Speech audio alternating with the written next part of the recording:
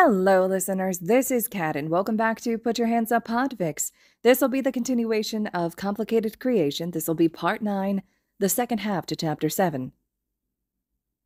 Izuku returns to himself with a start. He's lying on grass. Tamamo no Mae and Eraserhead are looking down at him worriedly, and when he scrambles to sit up and look around, there's no sign of the harpies. He tries to ask what happened, but all that he manages is a rasped croak. "Give yourself a moment," Tamamo no Mae says gently, nudging him with her nose. "You were knocked down, and the river caught you. The harpy women have been taken care of. You are safe." Izuku shudders, the memory of the grasping power of the river and how it had flooded his mind, leaving him cold. If they hadn't been with him, he'd probably have just fallen off the side and been, well, consumed. "Thanks," he says, finding his voice, even if it's raw and hoarse and uneven. He grins at Eraserhead, lopsided as it is. "Looks like you're an amazing hero even here, huh?" "Actually, the hero starts, but Tamamo no Mae interrupts. "We will look after you as you've looked after us," she says, nudging Izuku again until he stands. "Are you well enough to lead the way, or shall I?" Izuku straightens up. "I can do it. Better to keep moving and get away from the river and the cliffs. I know where the edge should be, here, but..." He looks at Eraserhead and thinks of harpies. He hadn't wanted to ward him originally in case that caught too much attention, but at this point, they've already had to deal with 2 attacks, and the marketplace might even be worse. He pulls his borrowed knife from his hoodie and rolls up his sleeve. Eraserhead grabs his wrist in a flash. "What are you doing?" Izuku blinks up at him in surprise, since the hero had already seen him do this before. "I need to ward you, and I don't have anything to mark you with. It's better to make a new cut than make the old one bleed. That's how I end up with scars." "Problem child," Eraserhead sighs. "Shouldn't you carry a marker or something for this?" Izuku flinches at the rebuke. "I usually do." It isn't like he wants to cut himself and use blood. It's messy and hurts and makes people suspicious, and he's honestly not sure if he could carry a blood-borne disease to infect others with. But he can get infections, so it seems likely. So he really shouldn't just be leaving his blood everywhere. "You're the one who surprised me when I was asleep. I didn't have time to grab anything." Eraserhead gives him a look that seems to move between disappointed and resigned. "Will a marker work?" "Yes." Izuku looks at the hand around his wrist. "I'd still have to cut myself if I was doing other wards, like I had to use for the Jorogumo, but to ward you, a pen would work. Like when we were in the station, I just have to mark skin." Eraserhead reaches into one of his pouches and retrieves a mini permanent marker. "Here." "Oh." Embarrassed, Izuku tugs his hand away and accepts the Sharpie, the knife going back into his pocket. "I guess I should have asked. Sorry, here, just let me..." He uncaps the marker, and Eraserhead stands still as he tugs on the man's bloody jumpsuit, where he'd cut it open at the chest originally to mark him with healing sigils. Now he marks out a set of protection wards, the ones he's the most familiar with because he adds them to his own skin every 12 hours the way he's done since he was 13. "There," he says with satisfaction, capping the marker. "Can I keep this?" Eraserhead looks incredulous, pulling at his shirt to look at his new mark. "Of course. Now explain what you did." The marker gets tucked with a knife, and Izuku thinks about how they're basically the entirety of his tools he needs, here and in the real world. If he was a hero, he'd have some really odd support requests. So there are wards that can keep a spirit from doing harm, kind of." "Kind of isn't reassuring, kid." "I mean, with those, they can't do direct harm to you. Biting or scratching or fire, things like that, because the wards protect you. I also couldn't do anything to you, which is one of the reasons I waited. I wanted to be able to help you if you needed it, but now I think this might be safer. You can protect yourself, you know how to fight, so you just have to be careful not to let anyone hurt you indirectly." "And what falls under that?" "They can knock you back. The blow will knock them back as well, but the momentum is still transferred and they can send you into walls or downstairs. They can pick you up if they do not intend to harm you in the handling. They can crush you. Treat anyone who attacks like a villain, and the wards as armor, nothing more," says Tamamo no Mae, matter-of-factly, then looks at Izuku. "The marketplace is near, is it not? I can feel it." He nods. The marketplace is one of the largest hubs in this place, where so many other spaces connect to. He half thinks the river and Aizawa Forest sit so close because they can take advantage of younger spirits who do not know better and feed on them. There will be a lot of spirits there. It's supposed to be a neutral place. No one's allowed to fight there, but bringing in a human is a bit risky. But they're used to me now, and there's a shrine there I know really well, and we'll come out in Shizuoka. Eraserhead rocks back on his heels. Shizuoka. That's nearly 500 kilometers away. He pauses and seems to look back at the bridge. If I point out there's no way we've walked that far, it doesn't matter, does it? Magic. Magic, Izuku nods, knowing how the hero must feel because he'd been in the same place once. He's honestly just hoping they haven't been gone too long. Time gets weird fast here. We should go. Don't you have to draw those things on yourself? Eraserhead asks as Izuku reaches for his hand. Izuku lifts the hem of his hoodie, where his own sigils are still present. I refreshed them before I went to bed, he assures. They actually last a lot longer here. I have to redo them twice a day otherwise. He grins a little impishly. I'd get a tattoo, but normal people can't really read these enough to duplicate them, and I don't think I have a steady enough hand to do it myself yet. Which doesn't mean he hasn't thought about it. A lot. Eraserhead looks like he wants to say something, and then changes his mind once more, taking Izuku's offered hand and nodding forward. Ahead is a rice paddy with a long, raised road running through it. Lead the way. At least they don't have to walk through the paddy, Izuku thinks. He has taken that road and the insects are terrible. He leads them towards the start of the road, and feels for the edge, and pushes them through, Tamamo no Mae following at their heels.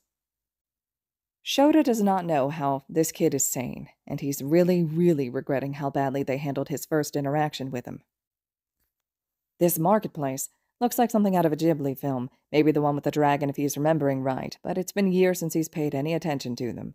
The road they're on is paved with ancient-looking cut bricks, and they'd pass through a huge gate surrounded by massive walls. Everything is made from red lacquered wood and bamboo, beautifully cut stone with ceramic roof tiles. There are paper lanterns and old-fashioned oil lamps providing light. They've stepped into something like sunset now. And everywhere, there are stalls and carts and painted banners and hand-inked posters advertising wares. Food mostly, but also things Shota doesn't understand. The word's nonsense to him, but clearly meaning something to those gathered around various stalls. And oh yeah, the place is packed with spirits. Problem child. He forces himself to ask, and to sound calm as Tamamo no Mae comes up next to him, so close her side is against his shoulder. Is this what you see all the time? To his left is a 15-foot-tall locust. To his right are a group of shadow things that are transparent, save for the masks over their faces, all kabuki-styled. Straight ahead is a woman who has a snake body below her waist and snakes for hair, in an electric blue power suit, and the sort of gold jewelry that would make Hayama envious, haggling with a vendor that looks to be a chest of drawers. Just a wooden chest of drawers. And behind and all around them are dozens of others, other spirits, all different sizes and appearances, and very few of them close enough to humans to feel right. They're all off. It's like walking into an anti-mutant's worst nightmare. What? Deku looks up at him, and then to where Shota's looking, and then seems to realize. Oh no, not like this, he assures. It makes Shota feel a little better until Deku continues. Most spirits only check in on their humans here and there, so I guess the real world looks about 20 to 25% like this, unless there are a lot of heroes around. Right, heroes were interesting, Deku and Tamamo no Mae had said. Then the numbers click in and Shota stares at Deku again. So you're saying when you're walking down the street, 1 out of 5 people has a spirit just there. Deku grins, almost embarrassed. Pretty much, but I'm used to it. Shota has no idea how to respond to that, when he's gotten a good sense of how said spirits react to the kid in the first place. Deku tugs on his hand. We should keep moving, he says, voice still bright. We're sort of obvious and people are noticing. And yes, some of the spirits do seem to be either giving them sidelong looks or staring out right now. The looks range from curious to hostile to hungry, and so Shota follows where Deku leads and doesn't try to let go of his hand as they weave through the crowd of things that range from very nearly familiar to utterly terrifying. It says a lot, he thinks, that his spirit sticks so close to his side even in an area where there is to be no fighting. He suspects spirits can cause a lot of problems that don't fall directly under fighting. They move through twisted paths. They pass a gaggle of spirits that are just Tiny penises with wings, and everyone rather pointedly says nothing about them. The crowd thins a bit, but the stares continue and get more and more pointed, but Deku doesn't stop smiling. It just gets more and more sharp and pasted on. At some point, a hand reaches out for Shota, and before he can move, Deku's grabbed it by the wrist. It's just a disembodied hand, the fingers wiggling in his grip. "I know you weren't trying to do anything to Eraserhead here," Deku says, still bright and friendly, but his voice somehow carries something like a threat. "Because that would be rude." The hand finger spells so quickly, Shota only catches something about seeing if he was real. When Deku lets go, the hand hangs in midair, supported by nothing. It reminds him of Tazaki in 2B and her disembodied hand. But no one nearby seems to be controlling the thing. "Yes, well, he's human, and he's my guest, and we're just passing through," Deku replies, apparently able to follow the message. "So we'll just go." Shota can fingerspell in both JSL and ASL, and knows his way around a fair bit of sign thanks to both his work and his ashi, but it's still a stretch to follow how quickly the hand moves. It seems to be suggesting they should pay it something. Tamamo no Mae snaps, teeth just missing the hand. Shota thinks it might be a warning. "Do not test my patience, one of many, or your tribe will be one less in the result." "I suppose outright eating someone wouldn't constitute a fight, but just a meal?" Shota asks, doing his best to add to her grandstanding. Somehow the hand seems to flinch back. It makes a rude gesture, and then floats away, dodging around a corner. Deku sighs. "That was one of the Hecatan cherries. They used to be giants with 100 hands, from Greece, but when people stopped believing in them, the giants decided to fade away. But their hands didn't. They get everywhere, and they're greedy." He shakes his head, like he's talking about a particularly bad cicada season, not floating hands, and then tugs Shota along. "We're nearly there. Then you can reassure everyone you're okay." That's a plan, certainly, but Shota has a lot more than just that to do. He's not letting Deku run off to live in another abandoned building. He doesn't know how the kid's been eating, but it's clearly not enough. He needs a roof over his head, and new clothes and shoes and food, and someone who believes in his reality. They're going to have to rearrange the house. Ahead is a shrine. It looks like any other, and in this strange, brilliant marketplace, it actually looks a bit out of place, a bit older, and a bit more worn down against the other well-kept spaces. Deku seems to sag in relief as it comes into view. "Shrines tend to stay in one spot," he explains as they approach. "But sometimes the world around it moves, and then I have to spend hours searching for it again. I think the world likes playing tricks on me." "The fact that the world itself has a personality to you and I don't think you're projecting is deeply unsettling," Shota tells Deku, and is rewarded with another one of the boy's wry, lopsided smiles. "So, how does getting home work exactly?" "Shrines are like bridges," Deku tells him, and Shota feels Tamamo no Mae give him a look, even from behind him. "You have an anchor on each side, and there's something between them that lets you, flow, travel, follow them from one to the other." He gestures around them, finally releasing his grip on Shota's hand as they are close enough to be safe, he supposes. "It's part of why I think everything here moves so much. Nothing anchors them to one spot or another, so they sort of move on currents, maybe? I tried to draw it once to make a map and ended up giving myself a headache." Still, Deku looks pleased and relieved for there to be an end in sight, so Shota nods and decides to think about this bridge analogy in depth later. The shriek is something distant, but Deku's head snaps up and he looks away in the direction it's coming from, the sound growing louder and louder with each passing second. Shota readies himself, but for some reason Tamamo no Mae and Deku don't seem to be preparing for an attack. Deku looks wary instead, perhaps resigned. The sound gets to a piercing level, and a white blur appears around a corner and simply crashes into Deku. It's just as he had warned before. The motion makes Deku stagger back, but even as Shota is reaching to help, he realizes Deku's holding a trembling rabbit against his chest.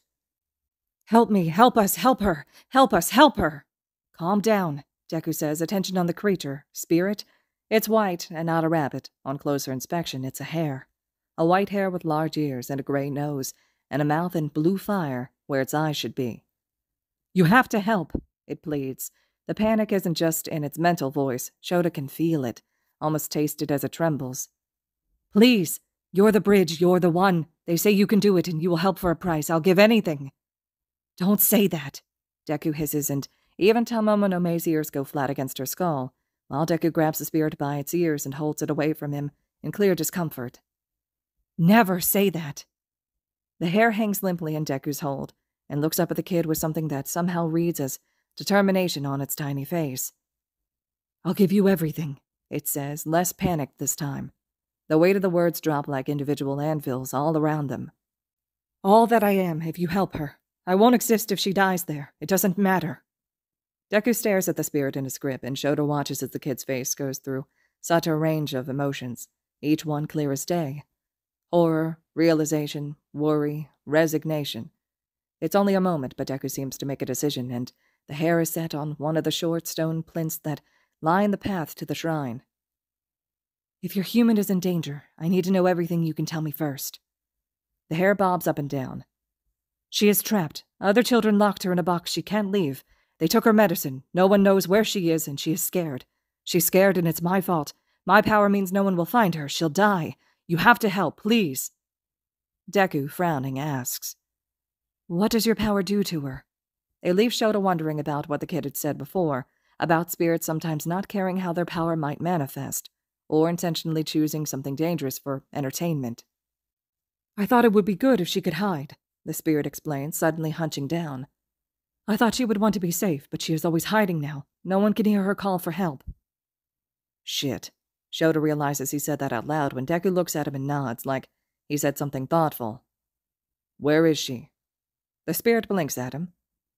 I don't know how to explain it. Can't you just follow me? Deku curses under his breath. I can't travel the way you do, and I used a lot of power to get here. I'd have to take a shrine, and she could be anywhere. He bites his lip in clear worry. Think, as hard as you can. Do you know the name of her school? The hair seems to surprise Deku when it nods. I do. She goes to Miyazaki, Nishi Elementary School. She's a good student. Deku pales. Miyazaki, that's... I don't even know a direct way there. It's hours from Shizuoka. You said they took her medicine. Do you know what it does for her? Her breathing. Without it, she struggles. You have to help. They said you would help. If we get to Shizuoka, I can call it in, Shota offers, but the idea of a kid with a quirk that makes her difficult to find is worrisome, especially with breathing issues. Deku looks between the hair to Shota and back again. No, he says, and his hands clench into fists. This is my job, and I can't leave a kid trapped somewhere and scared, especially not if it's because of her quirk. It's just, I could maybe go alone, but I can't take you with me. But if we go to Shizuoka, I really won't have enough to go back, but if I leave you here, I can't do that. Deku looks at Shota, and he looks torn. I can't. I promised I'd bring you home. Shota tries to reassure Deku, tries being the operative word. He squeezes Deku's shoulder and goes to say, I can handle myself, but his tongue twists into a knot so painful he's left wincing, and all he manages is a strained gagging sound. Deku's expression is wry and far too understanding for someone his age. I told you, he says, almost gently. You can't lie here. Deku looks back to the hair, and he holds out a hand. You are not going to give up yourself because I'm not like that, but you are going to owe me. You're going to owe me a lot for this, for what I have to do. The spirit shudders. Shota doesn't like the sound of that. I will owe you until you release the debt. I swear it if you save her. I gave her almost all of myself. She's your first, isn't she? The spirit nods. I, Deku, will do all I can to save your human in exchange for your debt that will not be abused, he says, and there's a formality to the words that crackles in the air. I, Nozaki, of the Moon Tribe, accept your terms. Shota looks at Tamama no Mae, who shudders slightly, her fur on end. Deku steps away from the plinth and looks over his shoulder at the two of them. Both of you just stay where you are, please. It's going to get weird. That doesn't bode well. What are you doing? Deku shakes his head instead of responding and looks up at the sky. Shota sees him say something, but all his ears hear is the call of a million crows in response. All right, listeners, this concludes Chapter 7 of Complicated Creation. Chapter 8 will be up next. I hope you all are still enjoying this fic. I'm eager to hear your thoughts and reactions to everything so far. And as always, thank you so much for listening.